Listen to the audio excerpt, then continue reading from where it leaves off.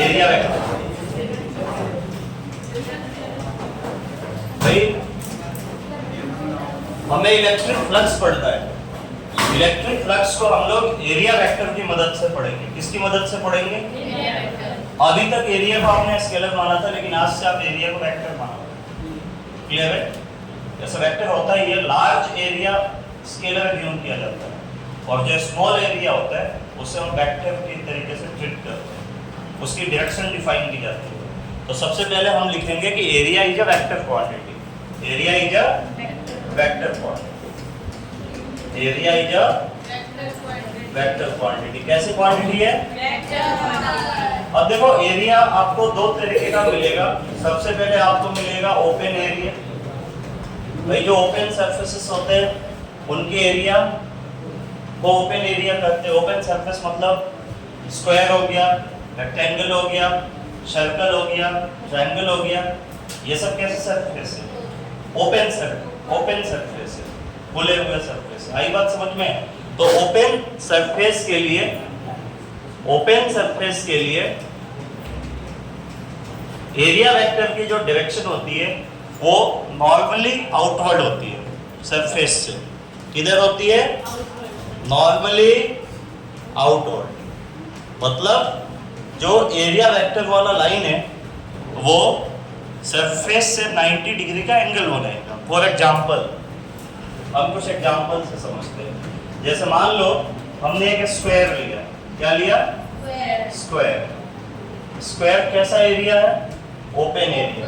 Okay, square जैसे आपके पास ये आपका क्लिपबोर्ड है, स्क्वायर शीट ऐसा हमने लिया। क्लियर है?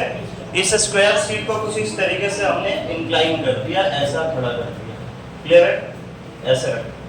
या पहले इसको समझ लो, आप स्क्वायर शीट है, ओपन है, तो इसके लिए एरिया वेक्टर की डायरेक्शन नॉर्मली आउटवर्ड होगा। नॉर्मली आउटवर्ड मतलब कुछ इस प्रकार से। नॉर्मली मतलब 90 डिग्री का एंगल आउटवर्ड। ऑपोजिट में भी आप ले सकते हो, लेकिन एक क्वेश्चन में एरिया वेक्टर की डायरेक्शन एक ही ली जाती है। चाहो तो आप पॉजिटिव डायरेक्शन में आउटवर्ड ले सकते हो, या नेगेटिव डायरेक्शन में, ये भी आउटवर्ड ही है, नेगेटिव डायरेक्शन में आउटवर्ड ले सकते हो। किसी एक को लेना है। हम लोग पॉजिटिव डायरेक्शन वाले डायरेक्शन को कंसीडर करेंगे। जैसे स्क्वायर है, स्क्वायर को मैंने वाईजेड प्लेन में रखा है। किस प्लेन में रखा है? वाईजेड प्लेन में ऐसे स्क्वायर को रख दिया। स्क्वायर का साइड ए है, तो इसका एरिया वेक्टर हम लिखेंगे, इसका एरिया हो जाएगा magnitude A square into I cap. I cap के अलावा में है। क्लियर है?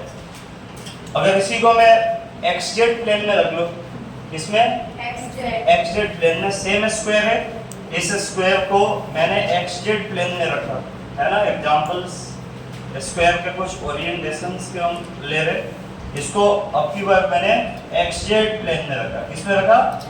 हाँ, इसका साइड है, तो एक्स जेड प्लेन में रखेंगे। और मैंने बोला था कि हम लोग हमेशा पॉजिटिव डायरेक्शन को कंसीडर करेंगे, तो एरिया वेक्टर की ये डायरेक्शन होगी नॉर्मली आउटवर्ड। नॉर्मली आउटवर्ड ऊपर भी हो सकता है और नीचे भी हो सकता है, आप पे डिपेंड करता है कौन सा लेना। अपन कौन सा लेंगे? पॉजिटिव डायरेक्शन वाला। कौन सा लेंगे? तो यहाँ हम एरिया वेक्टर की डायरेक्शन पॉजिटिव डायरेक्शन में ऊपर की ओर लेंगे। इसको लिखेंगे area A equal to magnitude into इसका डायरेक्शन। देखिए, अगर इसी स्क्वायर प्लेट को एक्स वाई प्लेन में रख दिया जाए, बोर्ड के प्लेन में रख दिया जाए, ऐसे स्क्वायर प्लेन है, इसको मैंने कहाँ रख दिया? बोर्ड के प्लेन में रख दिया। इसका साइड ए है, ठीक है, तो इसका एरिया वेक्टर आउटवर्ड होगा। बाहर जो पॉजिटिव, तो डॉट से हम दिखा लेंगे। क्या लिखेंगे इसे? ए इक्वल टू इसका magnitude A square into K cap. Clear है?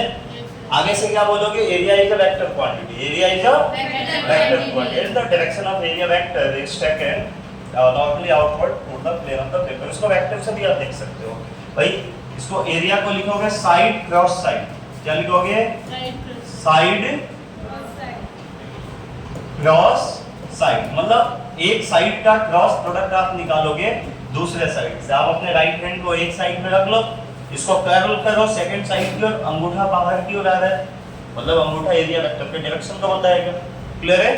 ठीक है, तो स्क्वायर के लिए हमने समझ लिया, वैसे ही मान लो आपके पास कोई सर्कल है, क्या है बोलो, सर्कल है। लेट से सर्कल को वाइडेड प्लेन में रखा है, इसकी रेडियस स्मॉल r है, तो इसका एरिया वेक्टर लिखा जाएगा a equal to pi r square i cap.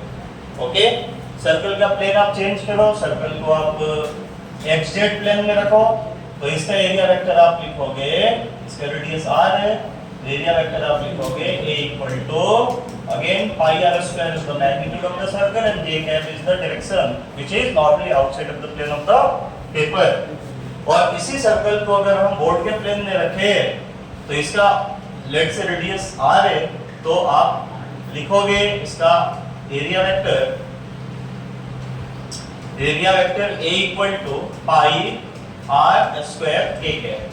Okay, आपको बताया ना फिजिक्स में डॉट सिंबल हम आउटवर्ड के लिए यूज करते हैं और क्रॉस सिंबल हम इनवर्ड के लिए यूज करते हैं। क्लियर है? ओपन सरफेस समझ में आ गया? कहीं भी ओपन सरफेस दिखे आप नॉर्मली आउटवर्ड डायरेक्शन में एरिया वेक्टर को कंसीडर कर लेना। क्लियर है? ठीक है। अगला है for close surface. Second for close surface. Close surface का मतलब होता है, क्लोज सरफेस का मतलब होता है जैसे स्फीयर है आपके पास, क्या है? स्फीयर। स्फीयर कैसा सरफेस है? क्लोज सरफेस है। आपके पास क्यूब है, क्यूब कैसा सरफेस है? क्लोज सरफेस है। समझ में आई बात? तो क्लोज सरफेस के लिए हम लोग एरिया वेक्टर की डायरेक्शन कैसे लेंगे? तो कहीं भी क्लोज सरफेस आपको दिखे तो बच्चों इसके लिए एरिया वेक्टर की डायरेक्शन रेडियली आउटवर्ड होगा। किधर होगा? Radially outward. ओके, मतलब सेंटर से एक लाइन रेडियस के डायरेक्शन में बाहर की ओर जाएगी, रेडियली आउटवर्ड। ओके, हम लोग लिखेंगे radially outward, radially outward. Example, मान लो आपके पास एक स्फीयर है, क्या है? स्फीयर कैसा सरफेस है? क्लोज सरफेस है। लेट्स से ये कोई स्फीयर है, ठीक है, सॉलिड स्फीयर है, या आप पोलर स्फीयर भी ले सकते हो, मैंने यहाँ इस एग्जांपल में सॉलिड स्फीयर लिया। जो स्फीयर है बच्चों उसका जो रेडियस है, that radius is capital R or small r, whatever you want to take it। okay, तो इसका एरिया लिखा जाएगा मैग्नीट्यूड इनटू डायरेक्शन। आप चाहो तो i कैप में लिख लो, j कैप में लिख लो, k कैप में लिख लो, क्योंकि ये सिमेट्रिकल है। लेट से मैंने i कैप में लिखा, तो इसका एरिया वेक्टर कितना लिखूंगा बताइए?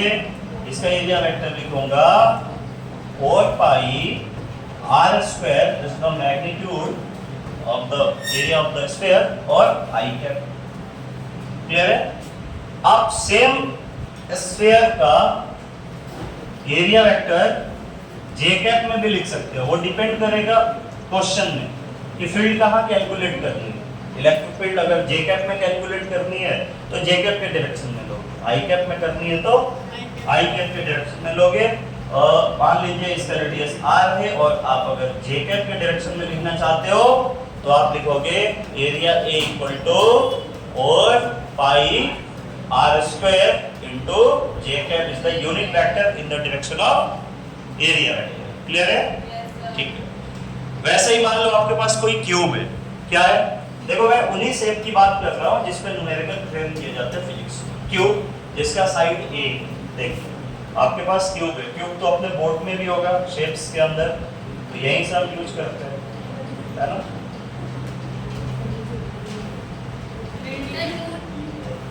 ये रहा क्यूब। क्लियर है?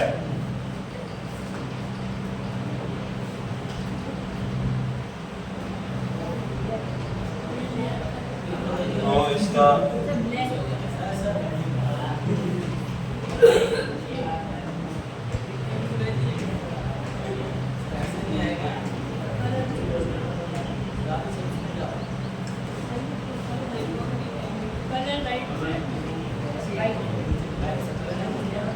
लेट्स हमने क्यूब लिया, ठीक है, दिख रहा है भाई? इस क्यूब में फेसेस कितने होते हैं? 6 फेसेस होते हैं। तो एरिया वेक्टर की भी डायरेक्शन कितनी बनेगी? 6 एरिया वेक्टर की डायरेक्शन बनेगी। कैसे समझाता हूँ बेटा। हमने जो क्यूब लिया है उसका साइड कितना है a, ठीक है। तो देखो पहला एरिया वेक्टर इसके डायरेक्शन में क्या लिखोगे आप, a1 equal to a square i cap. अगर फील्ड इस डायरेक्शन में कैलकुलेट करना हो तो आपको a square i cap use करना है, क्लियर है। या फ्लक्स इस डायरेक्शन में कैलकुलेट करना है तो a square i cap use करना है, ठीक है। ऑपोजिट डायरेक्शन में अगर आपसे फ्लक्स पूछा जाए कैलकुलेट करने के लिए तो आप लिखोगे ऑपोजिट डायरेक्शन में a2 equal to again a square minus का i कैप, क्लियर है, कोई दिक्कत नहीं है, ओके। चलो अपवर्ड अगर आपसे फ्लक्स कैलकुलेट करने के लिए बोला जाए तो आप लिखोगे a3 equal to again a square j cap. Downward में लिखोगे a4 equal to a square और minus of j cap, right है। दो और फेसेस से, एक अंदर की और एक बाहर की ओर।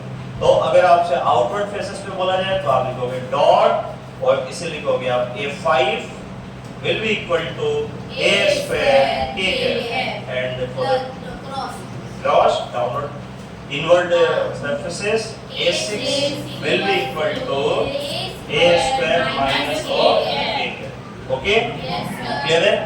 तो मैंने आपको क्या सिखाया, एक बार फिर से रिवाइज करवा देता हूँ। मैंने आपको सिखाया कि एरिया एक वेक्टर क्वांटिटी है, ओके। सरफेस आपको दो मिलेगा, ओपन और क्लोज। ओपन के लिए नॉर्मली आउटवर्ड एग्जांपल हमने स्क्वायर लिया, स्क्वायर के अलग अलग ओरिएंटेशन में एरिया वेक्टर की डायरेक्शन हमने बताया। उसके बाद सर्कल लिया, अलग अलग ओरिएंटेशन में हमने इसका डायरेक्शन बताया। उसके बाद अगर क्लोज सरफेस आ जाए तो रेडियली आउटवर्ड, रेडियस के डायरेक्शन में बाहर की ओर, ओके।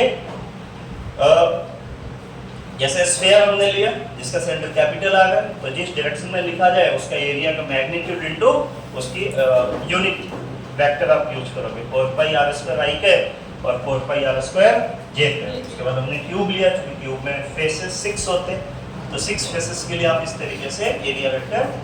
अब क्वेश्चन क्या होता है, जैसे इलेक्ट्रिक फील्ड दे देगा, राइट, उसमें क्यूबिकल बॉडी दे देगा और आपसे पूछेगा कि find out the value of flux through the cube.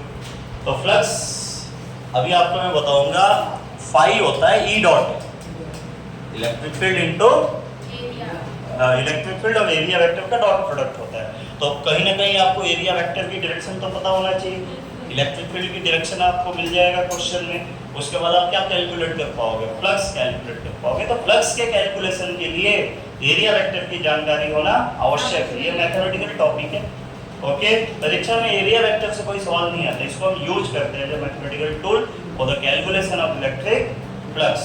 चलो इसे लिखो, उसको पॉज करो।